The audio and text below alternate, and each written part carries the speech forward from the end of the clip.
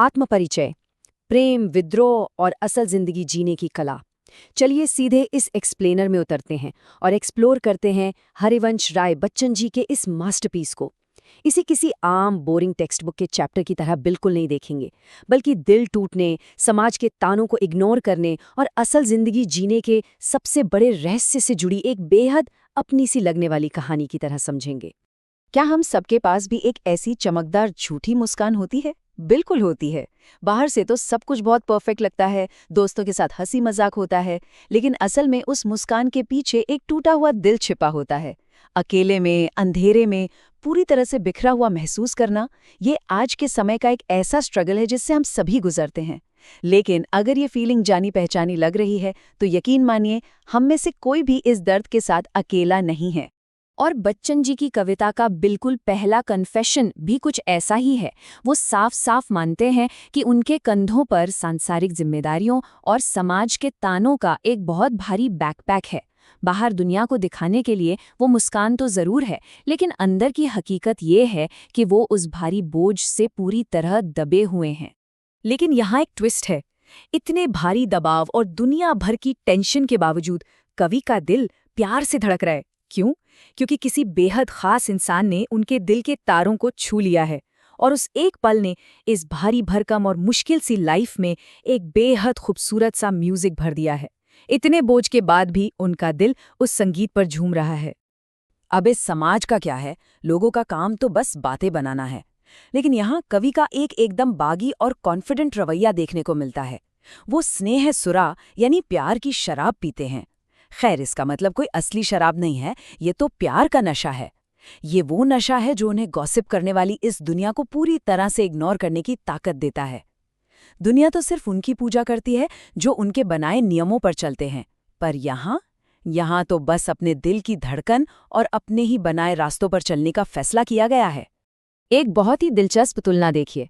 जिंदगी में जब दुख का कोई गहरा समंदर सामने आता है, तो दुनिया क्या करती है?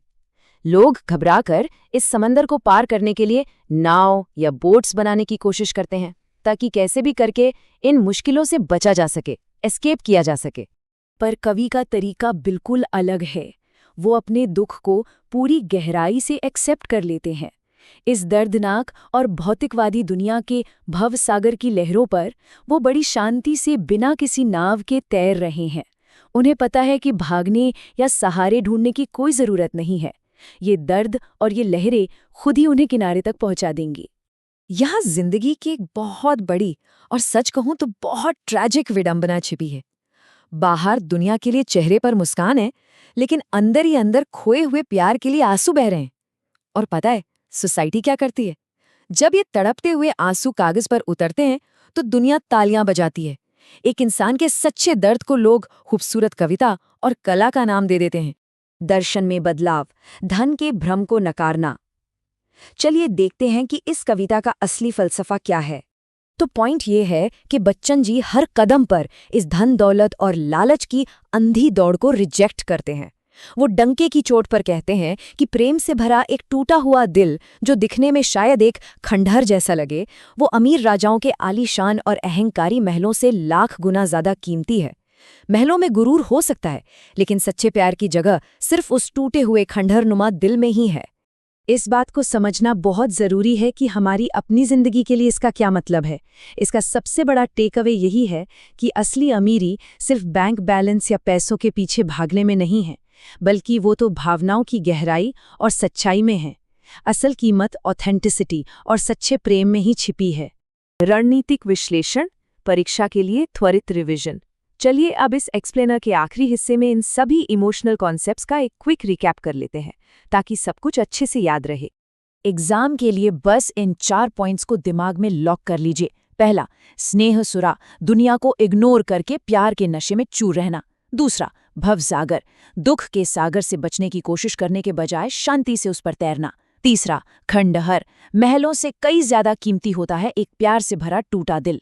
और चौथा, दीवाना, कवि खुद को सिर्फ एक कवि नहीं, बल्कि दुनिया में खुशी और प्यार बांटने वाला एक दीवाना मानते हैं। तो अब अंत में एक सवाल जो हम सभी को खुद से पूछना चाहिए, हम जिंदगी के इस भारी बोझ को कैसे हैंडल करना चुनते हैं? क्या समाज की अंधी दौड़ का हिस्सा बनना है या अपनी धुन में मगन रहना है? इस स्वार्थी दुनिया की परवाह करना छोड़िए, अपनी खुद की असली खुशी फैलाइए।